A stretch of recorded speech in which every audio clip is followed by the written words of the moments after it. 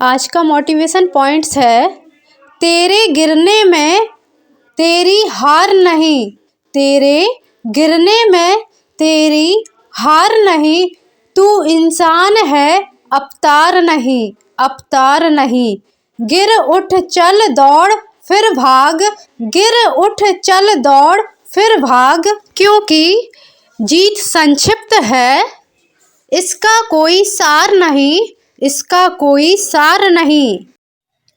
Hello students, welcome back to Jyoti education facts and friends. मैं लेकर आ गई हूँ आज नया टॉपिक, नया सब्जेक्ट। आज मैं आप लोगों को हिस्ट्री लेकर आई हूँ। हिस्ट्री में इंडियन हिस्ट्री लेकर आई हूँ। इंडियन हिस्ट्री में हमें क्या पढ़ना है आज? प्राचीन भारत यानी एंशियंट इंडिया।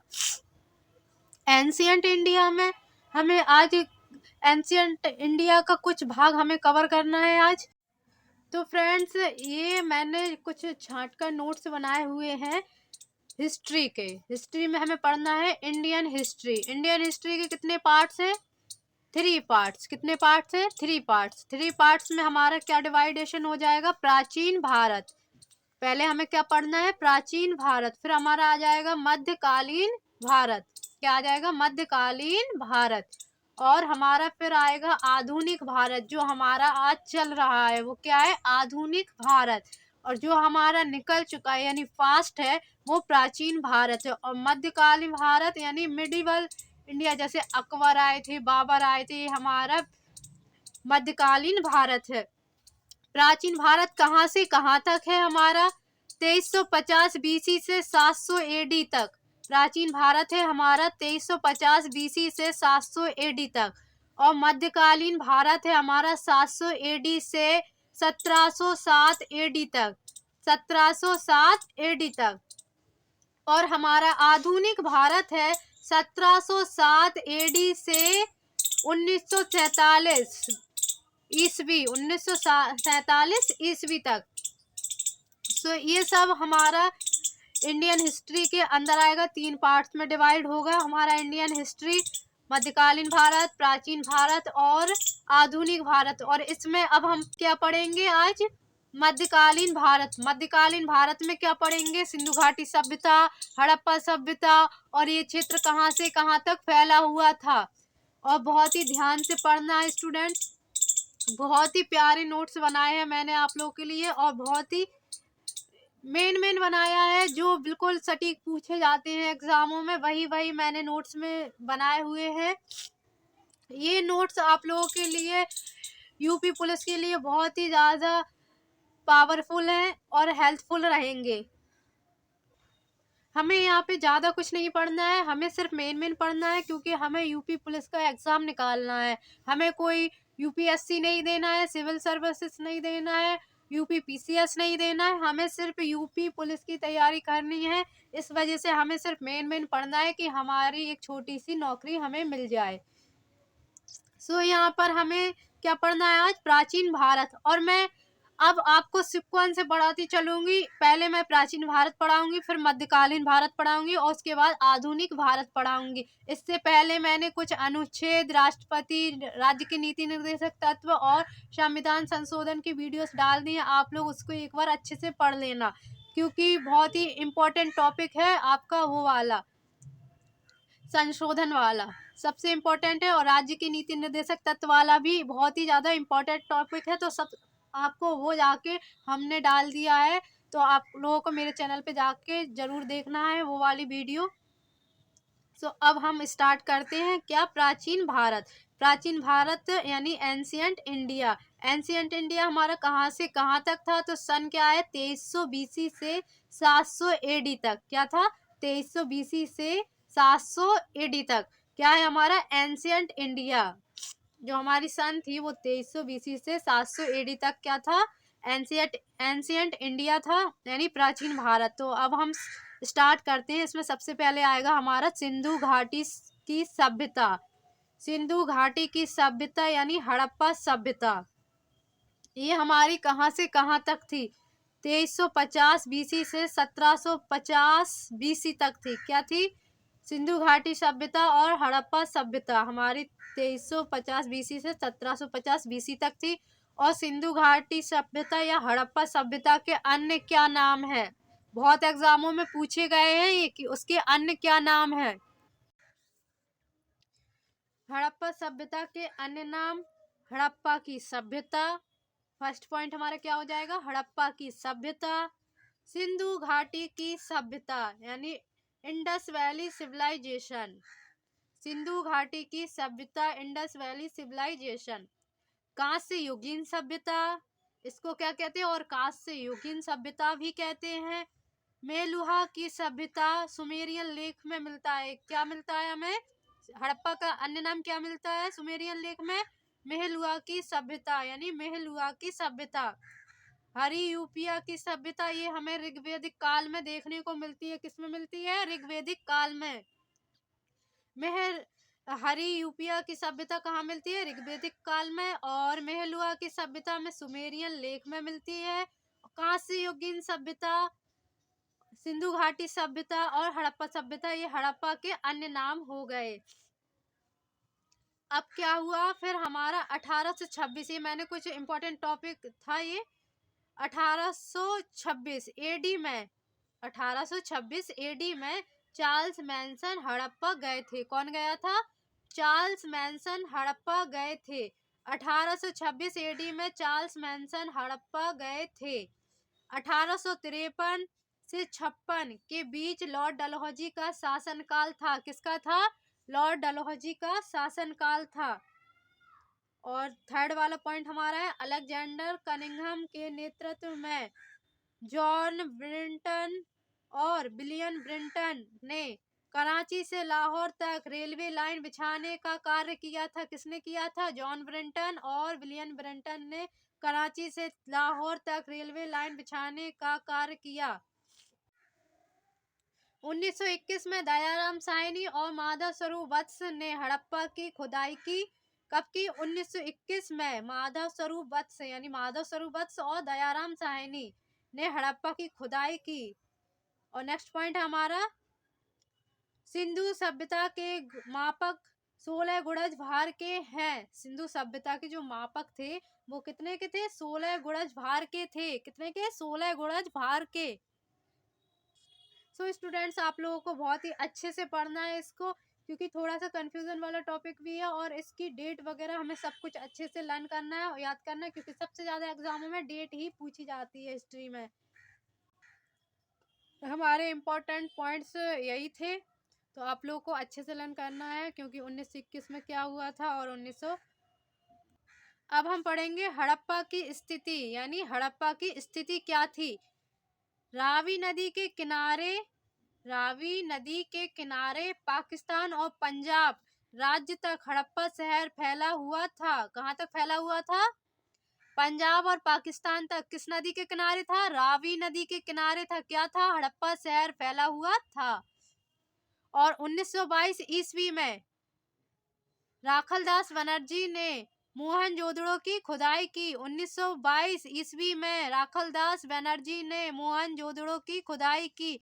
1921 में क्या हुआ था, दयाराम साहनी और माधव स्वरूप वत्स ने कहाँ की खुदाई की थी, हड़प्पा की। और 1922 में राखलदास बनर्जी ने मोहनजोदड़ो की खुदाई की थी। किसकी, मोहनजोदड़ो खुदाई। और मोहनजोदड़ो हमारा किस नदी के किनारे था, सिंधु नदी के किनारे था। किस नदी के किनारे था, सिंधु नदी के किनारे स्थित था। और हड़प्पा सभ्यता का क्षेत्र कहाँ कहाँ था और कितने किलोमीटर तक फैला हुआ था, वो देख लीजिए। अब भारत, पाकिस्तान, अफगानिस्तान में फैली हुई थी। क्या फैली हुई थी, हड़प्पा सभ्यता। भारत, पाकिस्तान, अफगानिस्तान में फैली हुई थी हड़प्पा सभ्यता। अफगानिस्तान के 2 स्थल थे, कौन कौन से थे, सुरतगई और मुंडीगाक। सुरतोगई और मुंडीगाक प्राप्त 2 स्थान थे। अफगानिस्तान के सुरतोगई और मुंडीगाक 2 स्थान थे। अब हमारा जो हड़प्पा शहर था वो कितनी लंबाई और चौड़ाई में फैला हुआ था, किस डायरेक्शन में कितना फैला हुआ था, तो ये हमारा एक त्रिभुजा आकार में फैला हुआ था। किसमें, त्रिभुजा आकार में, एकदम सीधा नहीं था। तो यहाँ से ये हमारी नॉर्थ वाली डायरेक्शन है और ये साउथ वाली डायरेक्शन है। यहाँ पे वेस्ट डायरेक्शन है और ईस्ट डायरेक्शन है। यानी जो नॉर्थ वाली डायरेक्शन में कहाँ से कहाँ तक था, तो मांडा, मांडा यानी कहाँ था? जम्मू कश्मीर में। मांडा कहाँ था? जम्मू कश्मीर में। और रहमान डेयरी कहाँ था? पाकिस्तान में। यानी जो हमारा नॉर्थ में था वो मांडा से रहमान डेयरी तक फैला हुआ था। मांडा कहाँ है? जम्मू कश्मीर में। और रहमान डेयरी पाकिस्तान में है। और उसी से नॉर्थ में, ये नॉर्थ में था, अब साउथ में कहाँ तक था? दैमाबाद। कहाँ तक? दैमाबाद। दैमाबाद कहाँ है? एमपी में। कहाँ है? एमपी में। और जो नॉर्थ से साउथ तक का हमारा कितना किलोमीटर था? 1400 किलोमीटर तक फैला हुआ था। कितना? 1400 किलोमीटर तक। और जो हमारा वेस्ट में था वो वेस्ट में कहाँ से कहाँ था? देसलपुर। देसलपुर यानी सुतका गेंडा, सुतका गेंडो। देसलपुर सुतका गेंडो यानी ये कहाँ है? पाकिस्तान में है। और इसकी लंबाई चौड़ाई कितनी थी? लंबाई 1600 किलोमीटर। कितनी? 1600 किलोमीटर। और हमारा ईस्ट में था आलमगीरपुर, यानी आलमगीर। ईस्ट में क्या था? आलमगीर। ये कहाँ है? यूपी में है आलमगीरपुर। तो यहाँ से इसकी पूरी लंबाई कितनी थी? 1600 किलोमीटर। सो इसका ये एरिया था, कहाँ से कहाँ तक फैला हुआ था। और इसकी कुल क्षेत्रफल इसका कितना था ये देख लीजिए। ये बहुत सारे एग्जामों में पूछा गया है इसका कुल क्षेत्रफल। और नॉर्थ से ईस्ट तक कितना था? सॉरी, नॉर्थ से साउथ तक कितनी थी इसकी डिस्टेंस, और वेस्ट से ईस्ट तक इसकी डिस्टेंस कितनी थी। तो ये भी बहुत सारे एग्जाम में पूछा गया, इसलिए आप लोगों को ये ध्यान से पढ़ना है। अब इसका कुल क्षेत्रफल जो था वो देख लीजिए। अब इसका कुल क्षेत्रफल जो था वो था 12,99,600 किलोमीटर स्क्वायर। यानी 12,99,600 किलोमीटर स्क्वायर में था। किसमें था? 12,99,600 किलोमीटर स्क्वायर में इसका क्षेत्रफल फैला हुआ था। ये हमारा जो हड़प्पा सभ्यता और सिंधु सभ्यता की स्थिति थी, वो स्थिति ये थी हमारे हड़प्पा और सिंधु घाटी सभ्यता की। तो इसको आपको बहुत ही अच्छे से नोट करना है, अपने एक नोट्स बनाने हैं और बहुत ही अच्छे से पढ़ना है। ये आपको हमेशा काम में आएंगे। और मैंने बिल्कुल स्टार्टिंग से बता रही हूँ हिस्ट्री, यानी एंशिएंट भारत से बता रही हूँ, इसलिए आप लोगों को अपने नोट्स बनाते हुए चलने हैं और बहुत ही अच्छे से पढ़ना है। ज़्यादा कुछ नहीं पढ़ना है, मेन मेन पढ़ना है। मैंने मेन मेन ही बताया है। किस शहर से हमें कौन से साक्ष्य मिले हुए थे? तो साक्ष्य और शहर हम दोनों ही पढ़ेंगे आज, क्योंकि ये बहुत इंपॉर्टेंट है। बहुत से एग्जामों में पूछा भी गया है कि किस शहर से हमें कौन से साक्ष्य मिले हुए हैं। अगर हम नहीं पढ़ेंगे तो हमें कैसे पता रहेगा? 1 नंबर का एक क्वेश्चन आता है और बहुत ही इम्पोर्टेंट साक्ष्य है ये जो मैंने आप लोगों को मैं बताने वाली हूँ। बहुत ही इम्पोर्टेंट साक्ष्य है। सो आप लोगों को ध्यान से पढ़ना है और नोट डाउन करते चलना है। सो स्टूडेंट्स स्टार्ट करते हैं बिना किसी टाइम वेस्ट किए हुए। तो सबसे पहले हमारे प्लेसेस हैं यानी शहर हैं, और एविडेंस हैं यानी साक्ष्य हैं। तो सबसे पहले कौन सा शहर है? हड़प्पा शहर। अब पहले हड़प्पा शहर है, लेकिन एक उसी में क्वेश्चन बनता है जो हड़प्पा शहर की ईंटों का अनुपात था वो कितना था? तो 1:2:4। हड़प्पा शहर की ईंटों का अनुपात कितना था? 1:2:4। अब यहाँ से हमारे एक हड़प्पा शहर में कौन कौन से साक्ष्य मिले हैं। तो सबसे पहले हम देखेंगे दुर्ग, यानी दुर्ग को पहले क्या बोलते थे? किला। दुर्ग को क्या बोलते थे? किला। तो हमें क्या मिला? दुर्ग मिला, यानी एक किला मिला। साक्ष्य में क्या मिला था हमें? किला मिला था। अन्नागार, अन्नागार यानी अन्न घर, जहाँ पे हम पूरा अनाज एकत्रित करके रखते थे, तो वो क्या हो गया? अन्नागार। कब्रिस्तान क्या मिला था? और कब्रिस्तान, कब्रिस्तान मिला था। पुरोहित की मूर्ति, यानी कोई पुरोहित होंगे तो उनकी मूर्ति मिली थी। और ऋषभदेव, ऋषभदेव की एक मूर्ति मिली थी। मिट्टी की मोहरें मिली थी, यानी जो पहले क्या होता था मिट्टी की मोहरें चलती थी। पहले ये कोई कांसे वगैरह की नहीं चलती थी, पहले क्या है मिट्टी की मोहरें चलती थी। तो मिट्टी की मोहरें, और सबसे इम्पोर्टेंट क्या था? टेराकोटा की मूर्तियां। क्या था? टेराकोटा की मूर्तियां। वेरी इंपॉर्टेंट टॉपिक है टेराकोटा की मूर्तियां। तो सबसे पहले इंपॉर्टेंट लगा लीजिए किस पर? टेराकोटा की मूर्तियां। तो हमें हड़प्पा से क्या क्या मिला था? किला यानी दुर्ग मिला था, अन्नागार मिला था, कब्रिस्तान मिला था, पुरोहित की मूर्ति मिली थी, ऋषभदेव की मूर्ति मिली थी, मिट्टी की मोहरें मिली थी और वेरी इंपॉर्टेंट टेराकोटा की मूर्ति मिली थी। फिर सेकंड है हमारा मोहनजोदड़ो। मोहनजोदड़ो यानी मृतकों का टीला, यानी यहाँ पर एक मुर्दों का टीला मिला था, यानी मरे हुए लोगों का टीला। मोहनजोदड़ो किसको कहते हैं? यानी मृतकों का टीला, यानी मुर्दों का जो टीला था, यानी मरे हुए लोगों का, उसको क्या बोलते हैं? मोहनजोदड़ो। जो हड़प्पा शहर का सबसे बड़ा स्थल था ना, वो मोहनजोदड़ो ही था। हड़प्पा शहर का सबसे बड़ा स्थल क्या था? मोहनजोदड़ो था।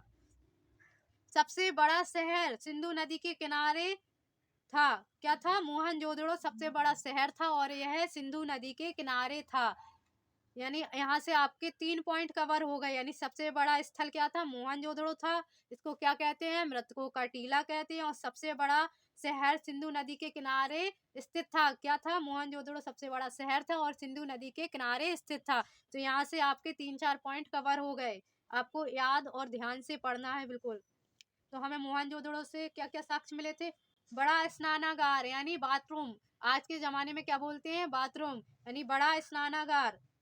बृहत अन्नागार, वहां पे अन्नागार मिला था, लेकिन उसमें कुछ ये नहीं था कि बड़ा है कि छोटा है, लेकिन यहाँ पे बहुत बड़ा अन्नागार मिला था। यानी जो हमारा भोज्य पदार्थ यानी खाने वाला अनाज होता है ना, जो रखने का होता है, वो बहुत बड़ा यहाँ पे अन्नागार मिला था। और नर्तकी की मूर्ति मिली थी। नर्तकी की मूर्ति यानी नर्तकी की मूर्ति मिली थी किसकी? कांस्य की। 4.5 सेंटीमीटर लंबी मिली थी। 4.5 सेंटीमीटर लंबी मिली थी। किसकी मूर्ति? नर्तकी यानी डांसर की मूर्ति मिली थी। 4.5 सेंटीमीटर लंबी। और क्या था? पार्श्वनाथ की मूर्ति मिली थी, यानी पार्श्वनाथ की मूर्ति भी मिली थी। पार्श्वनाथ की मूर्ति मिली थी और पशुपति की मोहरें मिली थी। पशुपति की मोहर मिली थी। मोहर जो हम थप्पा लगाते हैं ना, मोहर बोलते हैं, वही पशुपति की मोहर मिली थी। और पशुपति की जो मोहर मिली थी उसके लेफ्ट साइड क्या था? उसके लेफ्ट साइड था गैड़ा भैंसा की मूर्ति, यानी छपी हुई थी। गैड़ा भैंसा बना हुआ था। और राइट साइड हाथी या बाघ, यानी पहले व्यार्ध बोलते थे। हाथी या बाघ, उसी को बाघ को ही व्यार्ध बोलते थे। ठीक है ना? तो यहाँ पे हमारा मोहनजोदड़ो से हमें क्या क्या मिला? एक बार फिर से रिवीजन करते हैं। बड़ा स्नानागार, बृहत अन्नागार, नर्तकी की मूर्ति, कांस्य 4.5 सेंटीमीटर लंबी, पार्श्वनाथ की मूर्ति, पशुपति की मोहर। चहुंदड़ो, फिर हमारा थर्ड वाला कौन से शहर है? चहुंदड़ो, यानी ये कहाँ था? पाकिस्तान में। चहुंदड़ो कहाँ था? पाकिस्तान में। चहुंदड़ो था हमारा पाकिस्तान में। और पाकिस्तान में अब जैसे पहले तो भारत में ही था, लेकिन अब जब भारत अलग हो गया तो क्या हुआ? अब चहुंदड़ो कहाँ पहुंच गया? पाकिस्तान में। तो यहाँ पे क्या क्या साक्ष्य मिले थे? गुड़िया, गुड़िया यानी मोती। गुड़िया यानी मोती, जो मोतियों की माला बनाते हैं ना, मोतियों की माला बनाते हैं, तो वो क्या है? गुड़िया। यानी गुड़िया मन का बनाने का कारखाना, यानी मन का बनाने का कारखाना। और जो लिपस्टिक के साक्ष्य मिले थे ना, वो यहीं से चहुंदड़ो से मिले थे। कहाँ से मिले थे? चहुंदड़ो से। जो लेडीज लिपस्टिक लगाए रहती है ना, उसके साक्ष्य कहाँ से मिले थे? हमें चहुंदड़ो से मिले थे। कहाँ से मिले थे? चहुंदड़ो से। और कांस्य बनाने की सभ्यता, क्या बनाने की? कांस्य बनाने की सभ्यता भी कहाँ से मिली थी हमें? चहुंदड़ो से। कांस्य बनाने की सभ्यता भी हमें चहुंदड़ो से मिली थी। यानी चहुंदड़ो से दुर्ग का साक्ष्य नहीं मिलता है। क्या नहीं मिलता? कोई भी दुर्ग या किला कुछ भी नहीं मिला था। चहुंदड़ो से हमें दुर्ग का साक्ष्य नहीं मिलता। एक इम्पोर्टेंट टॉपिक है, इससे थोड़ा अलग है। और तो वो क्या है? चहुंदड़ो से हमें क्या नहीं मिला था? दुर्ग का साक्ष्य नहीं मिला था।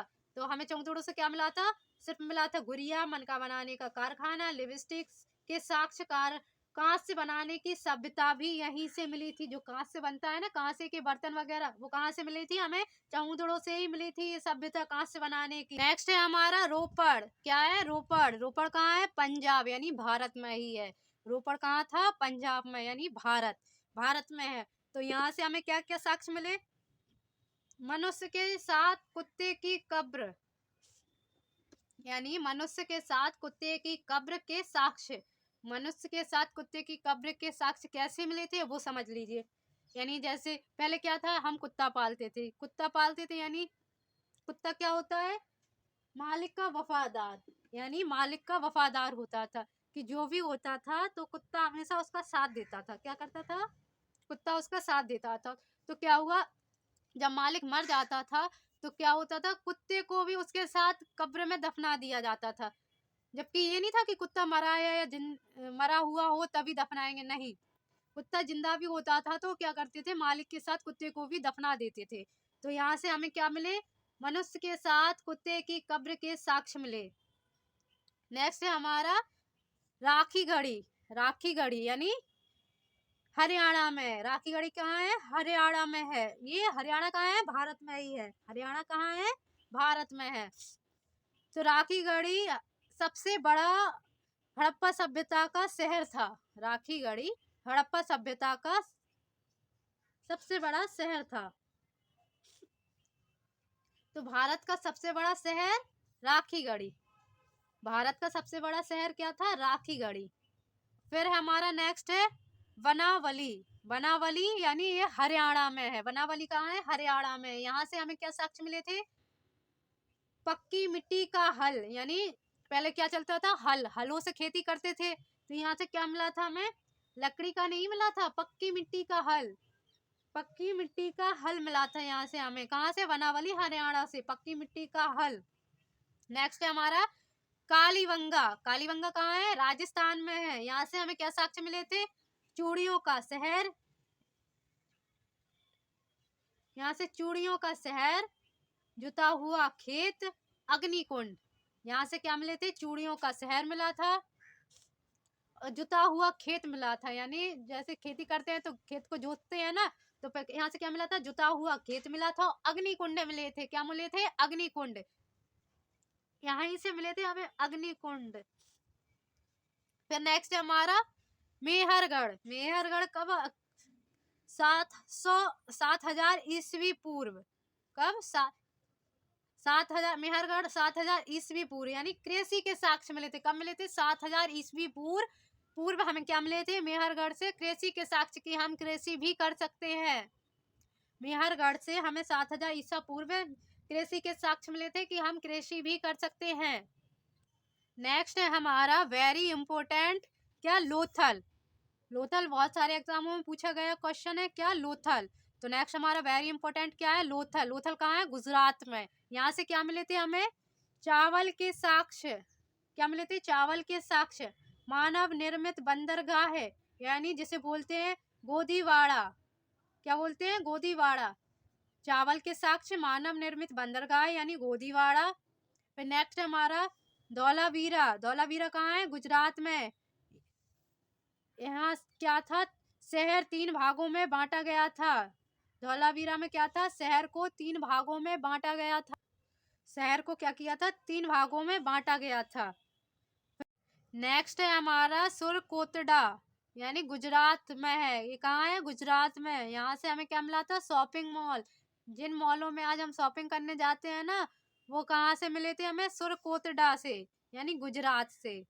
फिर एक नोट लगा के लिख लेना आप लोग, हड़प्पा सभ्यता से गाय और घोड़े के साक्ष्य नहीं मिले हैं। क्या नहीं मिले, हड़प्पा सभ्यता से। ये नोट लगा के लिखना, इंपॉर्टेंट है, पूछे जाते हैं ये प्रश्न। हड़प्पा सभ्यता से गाय और घोड़े के साक्ष्य नहीं मिले हैं। क्या नहीं मिले हैं, गाय और घोड़े के साक्ष्य नहीं मिले हैं। सो यहाँ पर ये टॉपिक हमारा हुआ खत्म। आप लोगों को बहुत ही अच्छे से तैयारी करनी है, तब जाके आप यूपी पुलिस का एग्जाम निकाल पाएंगे। सो इसके लिए आप लोगों को सबसे पहले नोट्स बना लेने, और जो इम्पोर्टेंट है वो ही पढ़ना है आप लोगों को, और कुछ भी अलग से नहीं पढ़ना है। और कल हम इस क्या कराएंगे, सामाजिक स्थितियां, हड़प्पा सभ्यता में सामाजिक स्थितियां कैसी थी। कल हम नेक्स्ट टॉपिक लेकर आएंगे, सामाजिक स्थितियां हड़प्पा। फिर उसके बाद हम पढ़ेंगे वैदिक काल, यानी जो ऋग्वेद, अथर्ववेद, यजुर्वेद वगैरह हैं वो पढ़ेंगे। तो कल हम पढ़ेंगे क्या, सबसे पहले पढ़ेंगे सामाजिक स्थिति। सामाजिक स्थिति पढ़ेंगे हम, हड़प्पा सभ्यता के टाइम हमारी सामाजिक स्थितियां क्या थी। सो आप लोगों को डेली मैं एक वीडियो अपलोड करूंगी। सो आप लोग को नोट्स बनाने अच्छे से अच्छे, और बिल्कुल फिनिशिंग से बनाने की जब भी आप उठाओ और पढ़ने के लिए तो आपको ये ना सोचना पड़े कि मैंने लिखा क्या था। इसलिए आपको इस हिसाब से नोट्स बनाने हैं और मैं डेली वीडियो अपलोड्स करूँगी।